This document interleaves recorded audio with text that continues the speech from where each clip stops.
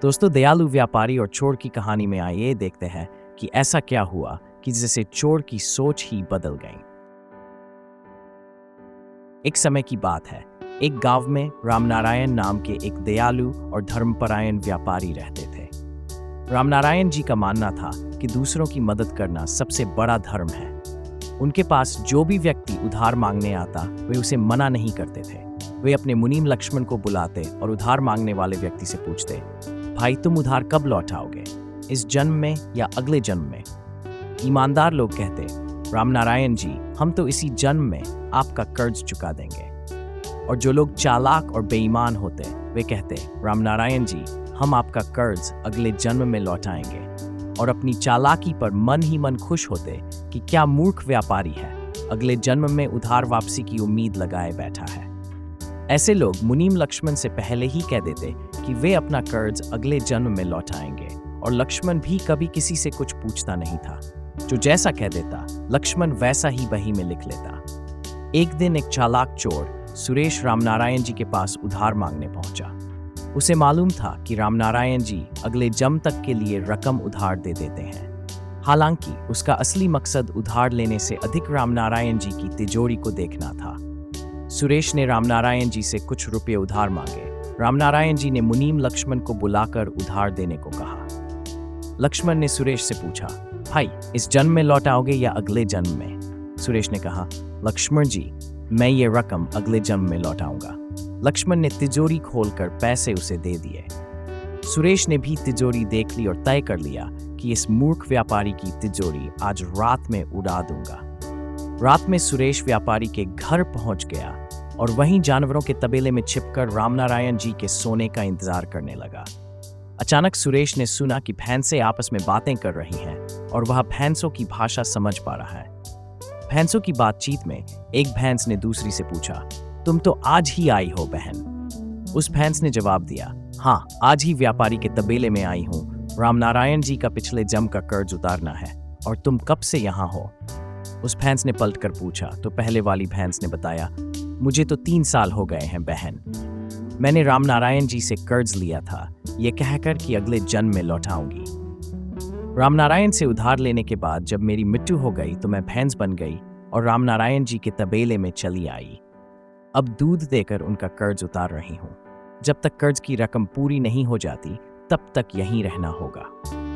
सुरेश ने जब उन भैंसों की बातें सुनी तो उसके होश उड़ गए और वहां बंद ही भैंसों की ओर देखने लगा। वह समझ गया कि उधार चुकाना ही पड़ता है, चाहे इस जन्म में या फिर अगले जन्म में उसे चुकाना ही होगा। वह सुरेश उल्टे पांव रामनारायण जी के घर की ओर भागा और जो कर्ज उसने लिया था उसे फटाफट मुनीम लक्ष्मण को लौटाकर रजिस्टर से अपना नाम कटवा लिया।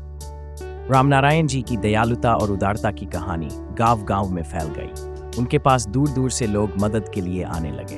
एक दिन एक गरीब विधवा सावित्री रामनारायण जी के पास अपने बेटे की शिक्षा के लिए मदद मांगने आई। उसने कहा, रामनारायण जी मेरे बेटे को पढ़ाई के लिए पैसे चाहिए, मैं इसे अगले जन्म में चुकाऊंगी। रामनारायण जी ने उसकी ईमानदारी को परखने के लिए पूछा,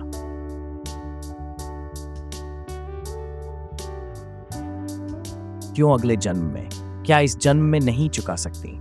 सावित्री ने जवाब दिया, रामनारायण जी मैं बहुत गरीब हूँ, मेरे पास कुछ भी नहीं है, लेकिन मैं आपके इस एहसान को अगले जन्म में जरूर चुकाऊंगी। रामनारायण जी उसकी सच्चाई और ईमानदारी से प्रभावित हुए और उसे पैसे दे दिए।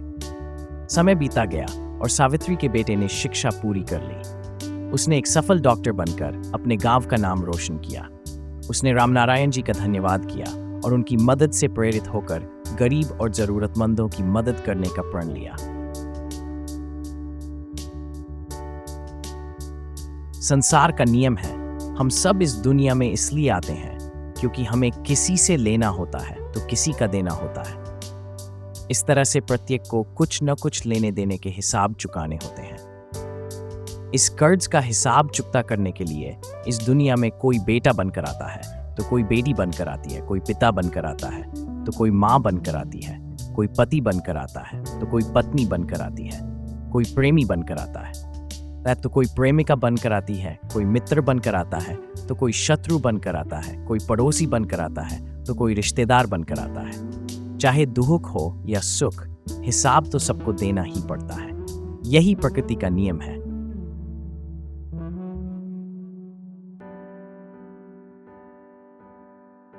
इस प्रकार रामनारायण जी की कहानी ने गांव के लोगों को यह सिखाया कि ईमानदारी और सच्चाई से जीना ही सबसे बड़ा धर्म है। उन्होंने ये भी सीखा कि उधार चुकाना ही पड़ता है, चाहे इस जन्म में या अगले जन्म में, और इस सच्चाई ने सभी को जीवन में सही मार्ग पर चलने की प्रेरणा दी।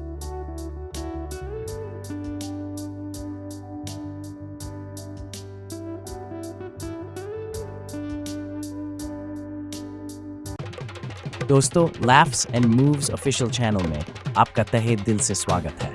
दोस्तों, अगर कहानी पसंद आई हो तो ऐसी और कहानियों के लिए लाइक, शेयर और सब्सक्राइब जरूर से करें। धन्यवाद।